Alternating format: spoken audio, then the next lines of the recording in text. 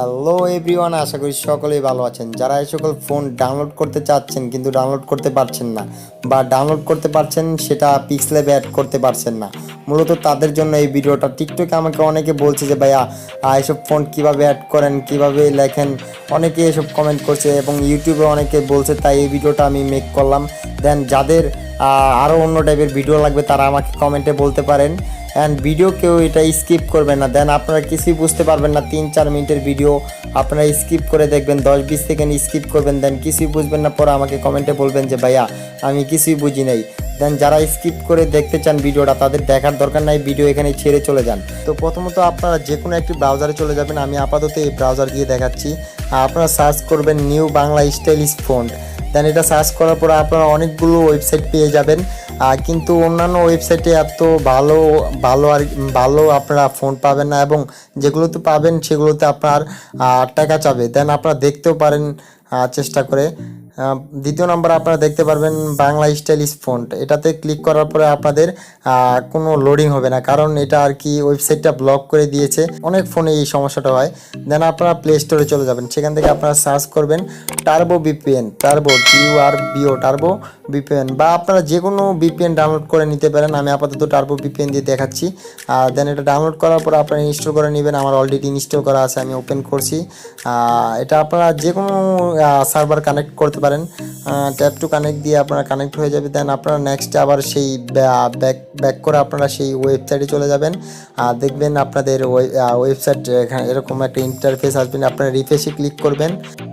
এখান থেকে আপনারা অনেক ধরনের ফোন পেয়ে যাবেন, সব ধরনের স্টাইলিশ ফোনটা বা যেগুলো আমি ইউজ করি সব ধরনের ফোন পেয়ে যাবেন। যেটা শুধু ডাউনলোড করার ইচ্ছা সেটাতে ডাউনলোডে ক্লিক করবেন।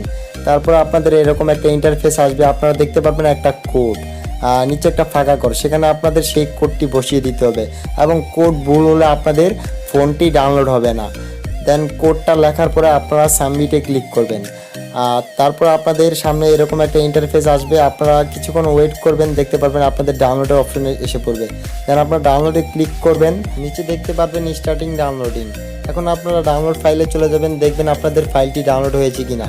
ফাইলটি ডাউনলোড হওয়ার পরে আপনাদের আরেকটা অ্যাপস ডাউনলোড করতে হবে এই ফাইলটাকে নর্মাল ফাইলে কনভার্ট করার জন্য, মানে পিক্সেলে অ্যাড করার জন্য।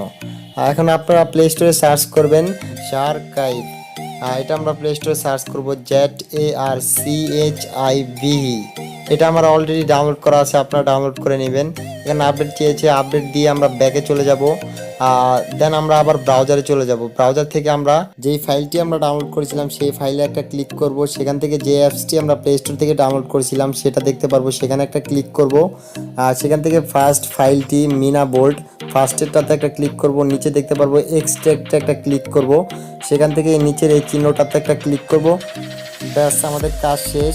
ফোনটি অলরেডি পিক্সেলে অ্যাড হয়ে গেছে। হ্যাঁ, যারা এসব ফোন পিক্সেলে ইউজ করবেন তাদেরকে বেসিক কিছু জিনিস বলবো। আগে দেখে নিই ফোনটি আমাদের পিক্সেলে এসেছে কিনা।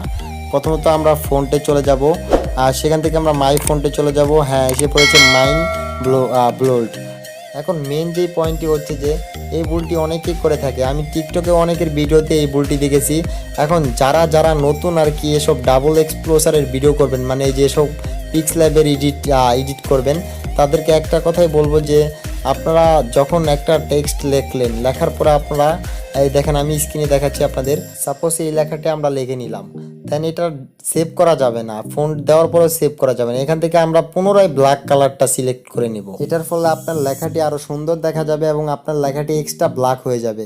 অ্যান্ড অ্যাট লাস্ট পয়েন্ট হচ্ছে যে আপনারা যেভাবে আসে সেভাবেই সেভ করে দেন, না এভাবে সেভ করা যাবে না। প্রথমত আপনারা এটাকে আলট্রা করে নেবেন, দেন তারপরে এটা সেভ করবেন। ভিডিওটা যদি আপনারা বুঝতে পারেন তাহলে ভিডিওটাতে একটা লাইক করে দেন, অ্যান্ড না বুঝতে পারলে তাও একটা ডিসলাইক করে দেন। তাতে আমি বুঝতে পারবো যে কতজন আমার ভিডিওটা বুঝছে এবং কতজন আমার ভিডিওটা বুঝেনি।